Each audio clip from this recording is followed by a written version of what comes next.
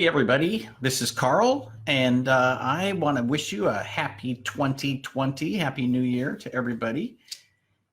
One of my resolutions, one of my resolutions for this year is to try to figure out Facebook Live, see if I can make this work, see if it's a useful tool for my community, see if people are, ever gonna tune in, check it out, so forth.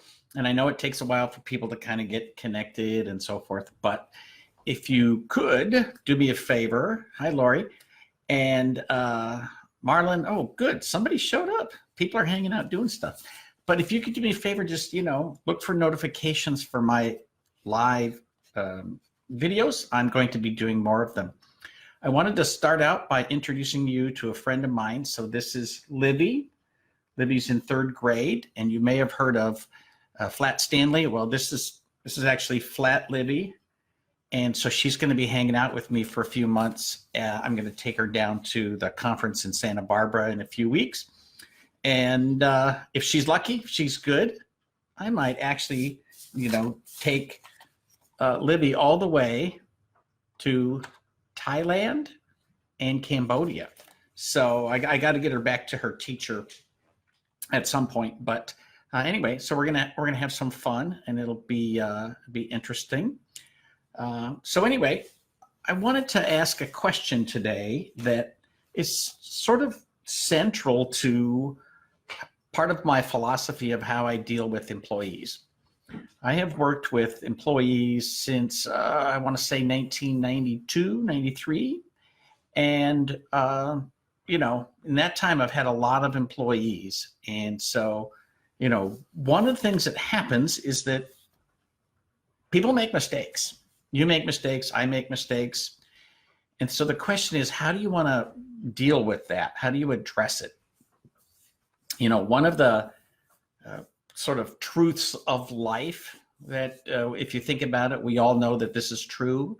We want to be judged on our intentions, but we judge other people on their actions.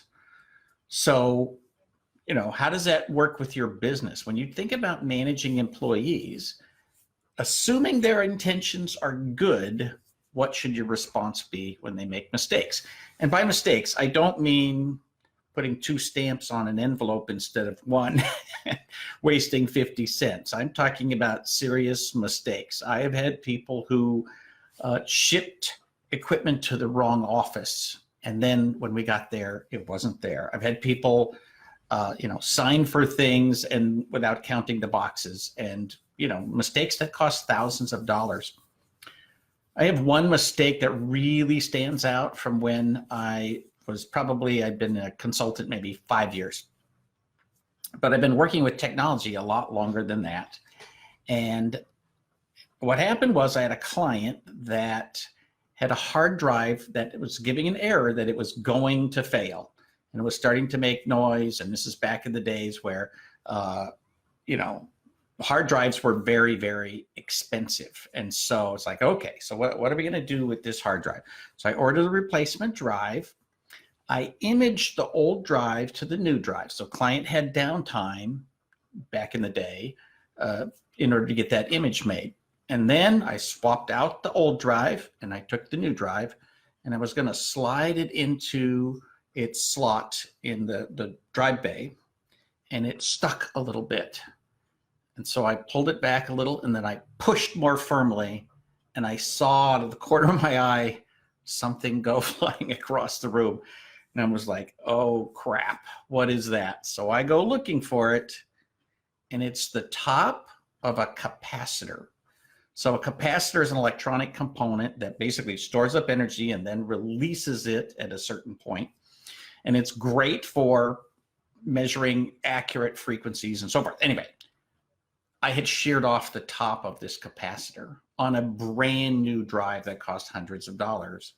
It was an image, which until a second ago had been working image of the drive that's about to fail. So, okay, what do you do? Luckily for me, I started working with electronics before I was 10. I had literally many, many years of soldering experience by then. So I went down to an electronics shop not too far from there, and I had the old piece and the new piece of the capacitor. I had back in the day, we used to carry soldering irons with us in this business.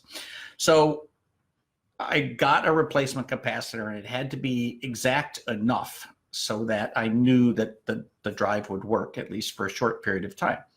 I knew instantly that I had to buy a new drive. I knew that I was out not only the profit for the drive, but I'm looking bad to my clients. All right? There's no way for me to lie about this. I turn to the client and say, I did something really, really stupid, and now I'm going to go fix it. So I replaced that capacitor, and I put the drive in place, and I literally just ordered a new drive, and then the next day, I had it overnight shipped.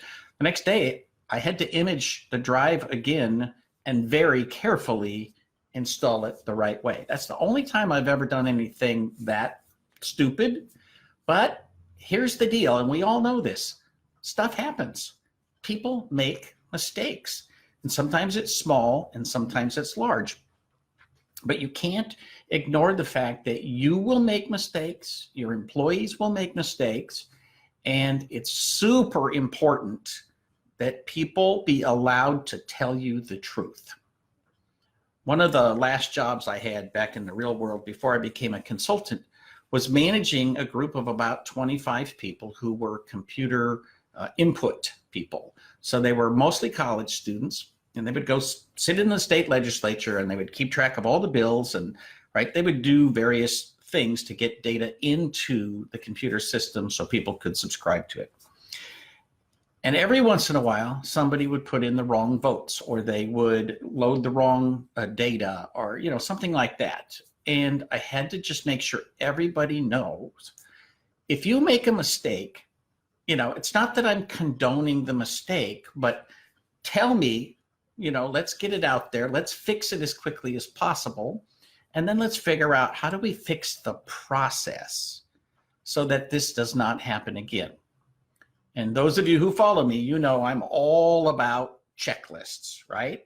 So the question is always, how do I fix this with a checklist? What can I put on the checklist that says, don't do this, make sure you do that, right? Somebody's got to read it, and they got to check the box. So, if somebody puts in the wrong data set, then part of it has to be, okay, how do we check that? How do we change the process so that you can make sure that you understand exactly what's going on? If somebody, signs for the wrong package or doesn't count the number of packages, what's the process for accepting deliveries so that you make sure that you don't have problems with that? One of the benefits of not yelling and screaming, first of all, is nobody likes to be yelled at or screamed at, but one of the benefits of employees knowing that they can make mistakes is that we find out about mistakes much more quickly, and we fix them. And if we're lucky, we fix them permanently, right? So, people make mistakes, and you got to figure out, how can I turn this into a learning experience? One of my favorite technicians of all time is a guy named Dan, and Dan was very good. But every once in a while, Dan would get in a hurry. And so one time he went out to a client's office, and this was kind of late in the years when I was mostly not going out to clients' offices unless it was for a business meeting. But he had been to a client's office and could not get a printer to work to save his life. And it was a new printer, and I knew that there shouldn't be any issues. And so finally I said, all right, I'm going out there. Let me take a look at the printer. And so I looked at the printer, and I pulled it away from the wall, and I tracked the physical cables, and guess what? He had literally stuck the network cable into the USB port. And I'm like, I don't know how you do that except by not looking at what you're doing. And when I explained to him what he had done, he was very apologetic. He was like, I'm just under so much pressure. And I'm like, why are you under pressure? Like, why do you feel like you have all of this pressure when all you have to do is install a printer? And he told me, well, we have over 1,000 tickets in the system. They come in all the time. The work never stops. And I had to use this as kind of a coaching moment to let him know we don't want the work to stop, right? We want 1,000 tickets in the system. First of all, half of them are scheduled work. And the second thing is the way that we work is you take the highest priority, oldest ticket that you have, and you work that one ticket. So at the end of the day, you only have one thing to do. Put your attention on that, focus on that, do that one thing well, and everything is going to be just fine. So don't be freaked out about the fact that, you know, you have all of this work ahead of you. Stuff happens. Mistakes are inevitable, and tolerance is extremely important. You know, at the end of the day, you get better because you make fewer and fewer mistakes over time. And the only way that happens is you have to have experience, and you have to learn from whatever mistakes you make or the mistakes of others. So when you think about managing your employees, I highly encourage you, you know, eliminate from your thought pattern the possibility that you're going to find yourself yelling and screaming at your employees. If your employees are valuable, then you need to nurture them. You need to make sure that they understand that they contribute something to your business. And part of that is you have to build a good relationship where you can bring them in and say, here's the mistake you made. Here's what happens. Here's what I'd like to see in the future. And reassure them that they are, in fact, doing a good job, or they wouldn't be here. But we do need to fix these things, and we do need to focus on it. Mistakes are also a great way to learn what should their training be. Maybe they need to go back to the basics, you know. I mean, the most fundamental basics of troubleshooting are check the physical connections, right? So Dan needed to have a little refresher on that, right? But no matter what the mistakes are, there's almost nothing you can't overcome. I have had, if I added them up, my employees have probably made $30,000 or $40,000 worth of mistakes, but it's, you know, 100 here, 200 here, 500 here. It's only a couple of occasions that it's been bigger than that. But, you know, what are you going to do? At the end of the day, your first reaction needs to be tolerance and learning. And then, you know, if something's big enough and bad enough, maybe you need to let somebody go. But for the most part, if you let somebody go, then you have to know that all of your other employees are going to be aware of the fact that there's a line that, you know, they have to avoid. And you want your employees to be good. You want them to dig in. You want them to you know, be themselves and enjoy their jobs. And so if there's a fear that one day you're just going to pop off and fire somebody, that doesn't do very much for morale. So anyway, you know, evaluate why the mistake was made. Is it poor training? Is it bad decision making? Is it a bad process, right? Where did this mistake come from?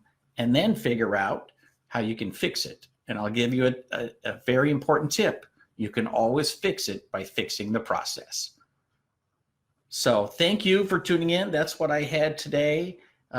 Remember, you want to build a good culture. You want to build the kind of culture that you want to participate in. And so sometimes we do have to evaluate people based on their intentions. But if their intentions and their actions don't work out the way they should, then we need to give them some education, some encouragement, and help them move forward. I hope this was useful. If it was, send me a note. If it wasn't, that's not my problem. Hey, you need to, I'm kidding, just kidding. So I hope it was useful. Send me a note one way or the other. I appreciate all your comments, and with luck, I'll be doing more of these in 2020. Have a spectacular new year.